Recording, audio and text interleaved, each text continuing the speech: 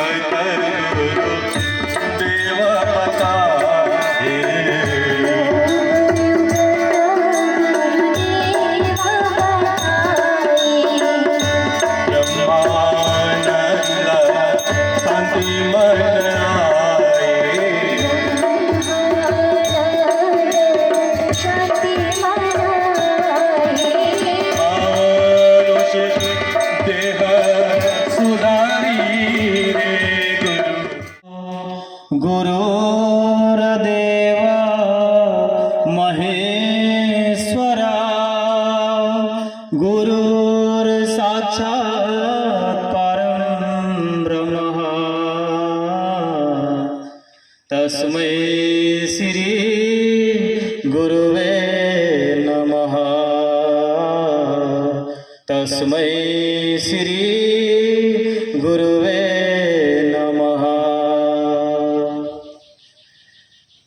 प्रेम से बोलिए सद्गुरुदेव महाराज की जय। जीवनदाता परमपिता परमेश्वर ज्ञानदाता श्री सद्गुरुदेव महर्षि के पावन चरण कमल में अपने आप को पूर्ण रूप से समर्पित करते हुए मंच में आसीन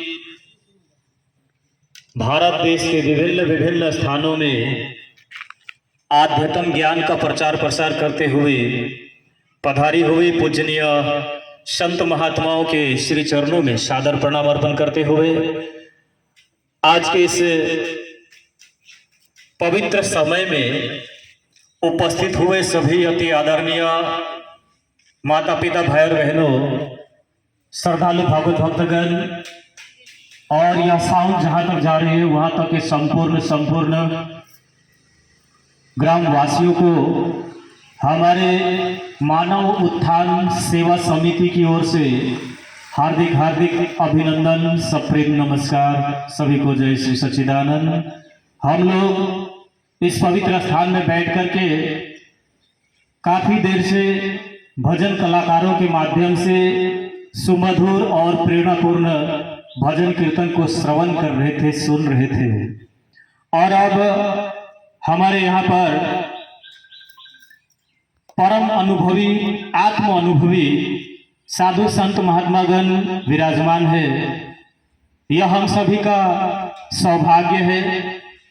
और आज का जो यह कार्यक्रम यहाँ पर आयोजित किया गया है, यह मानव उत्थान सेवा समिति, जिसको मानव धर्म भी बोला जाता है, इस समिति की ओर से आज यहाँ पर भजन कीर्तन, साथ ही साथ संत महात्माओं के द्वारा शास्त्र में आधारित, धर्म शास्त्र में आधारित सत्संग प्रवचनों का यहाँ पर आयोजन किया गया है, जिसको हमने मोबाइल सत्संग का नाम दिया है। मोबाइल सत्संग का अर्थ क्या हुआ? तो चलता फिरता कार्यक्रम। जिस तरह से हम लोग अचानक गाड़ियों में बैठ करके आए, यह एक पवित्र स्थान हम सभी को एहसास हुआ, तो यहाँ पर बैठ गए और यहाँ पर कार्यक्रम की शुरुआत कर दी। कहते हैं जब भगवान को भक्त की याद आती है तो सबसे पहले उसे इस तरह से संत महात्माओं का दर्शन प्रदान करते हैं और साथ ही साथ उन्हें सत्संग प्राप्त कराते हैं।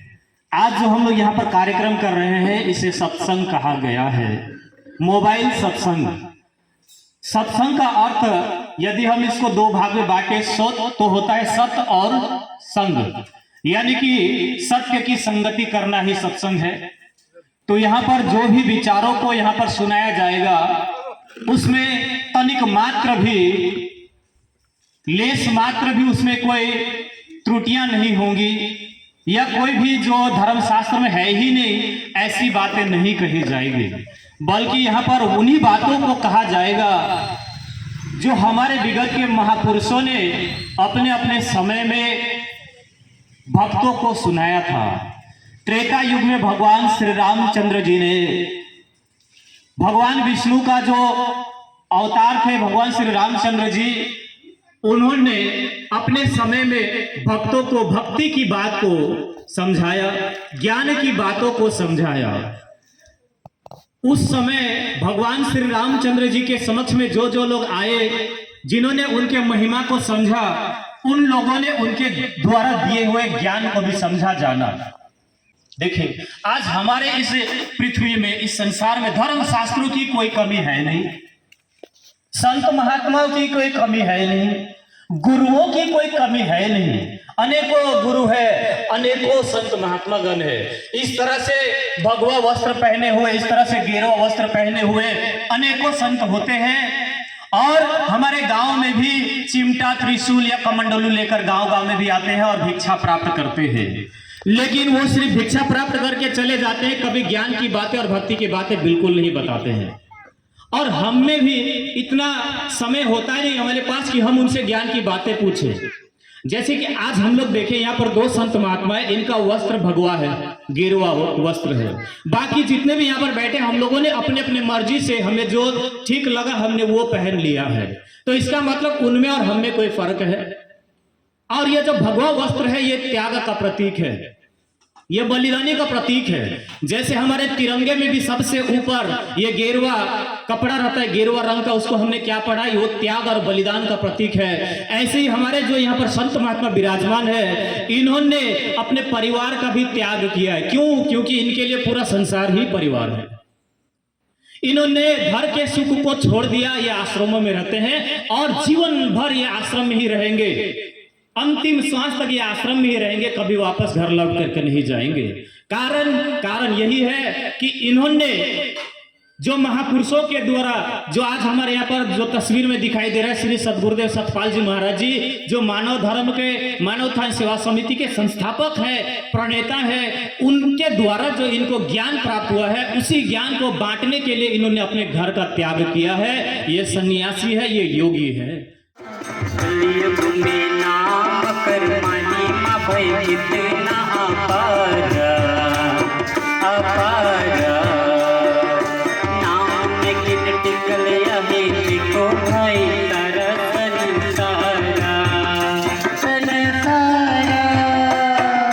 नाम बिना निरजन भोगी करवी हो नाम बिना निरजन भोगी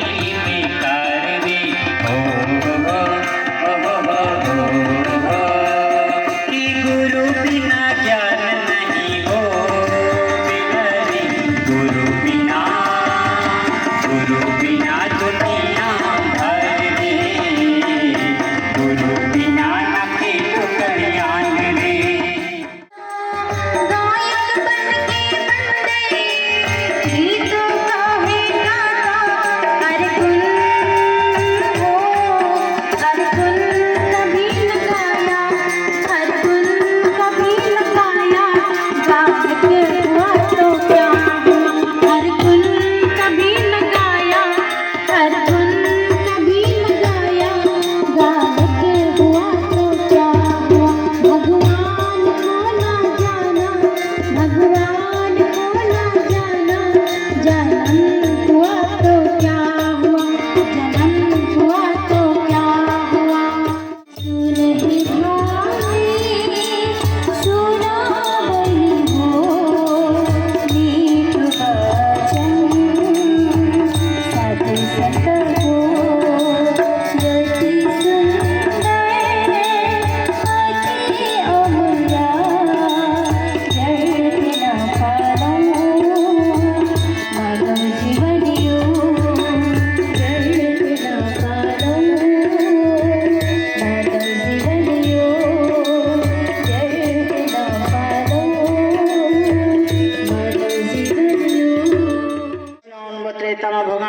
आउनु, द्वापरमा भगवान कृष्ण आउनु, आज कलियुगमा र हरेक कुरा समयको हुन्छ, समयको राजा, समयको डाक्टर, समयको सज्जन हो, सद्गुरु महान पुरुष समयको हकीमले बताएको छ भने हर कुरा समयको जीवनमा कामयाब छ भने आज जसरी हाम्रो शरीरमा रोग लागिरहेको छ, रोगले ग्रस्त छौँ, तर लुकमान हकिमको बितेको लुकमान हकिमको कुरा सुनेर उसको महिमा गाउँदै घरमा बस्यो भने हामी रोगदेखि मुक्त हुँदैनौँ सज्जनौ। हामी वर्तमान जो डाक्टर छ जस्तो दबाई पानी दिन्छ, जसरी हेर्छ उसको पासमा गएर हामीले जे पनि बिमार छ बतायौँ भने उसले हेरेर कस्तो प्रकारको ट्रिटमेन्ट गर्नुपर्ने, कस्तो प्रकारको दबाई दिनुपर्ने त्यो डाक्टरले दिन्छ सज्जनौ, जो वर्तमान डाक्टर छ। र लुकमान हकिम त कति एउटा के भन्छ चतुर व्यक्ति, कति होसियारी, अनि उसलाई तिनै खालको कुरा उसलाई सबै कुरा थाहा हुन्थ्यो भनेर बताएको छ। जब लुकमान हकिम हेर्नुहोस् उसको मृत्युको घडी आयो त उसले के गरेछ हेर्नुहोस्, आफू जस्तै लुकमान हकिम ओरतिर परतिर राखेछ, साथीहरू सुताएर आफू बिचमा सुतेछ। जब यमराजको दूध आइदिनु तब यसो हेर्छ, एउटा लुकमान लानुपर्ने छ, त्यहाँ त 8-9 लुकमान सुतिरहेको छ, अब कुन चाहिँ लानुपर्ने हो।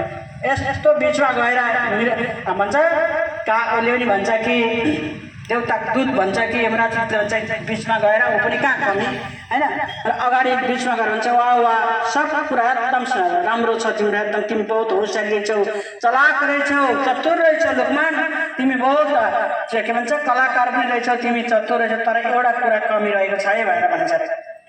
तब एउटा कुरा कमी रहेछ भन्ने बित्तिकै जुन चाहिँ असली जो ओरिजिनल जो लुकमान थियो जुरुक उठेर भन्छ कि के कमी रह्यो महाराज भन्छ।